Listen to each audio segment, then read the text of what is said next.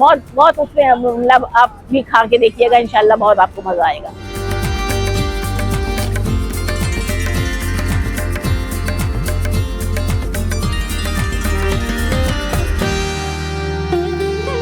इसके पीछे कहानी यह है कि आपने छोटा छोटा, अगर आप थोड़ा हल्का से, यहाँ पर तो नहीं लेकिन आप इसमें ऊपर देखेंगे तो है, हमने स्टार्ट किया, नाम रखने का सोचा था कुछ खाएंगे।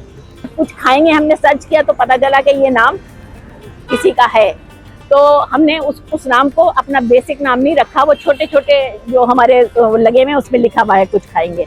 और फिर हमारी बेटी ने और हमने सोच के फ्लेवर्स ऑन रोड, कहते हैं ना रोड का जायका, तो वो इस तरह से ये नाम रखा गया। मेरा पैगाम तो यही है कि एक जैसे लोग हैं, एक जैसी बोली है, और इसमें ये मतलब जो हमारी पॉलिटिक्स है ना, इसको एक साइड पर रख दें तो हमारे दोनों जगह के आवाम बहुत प्यार करने वाले, बहुत मोहब्बती हैं।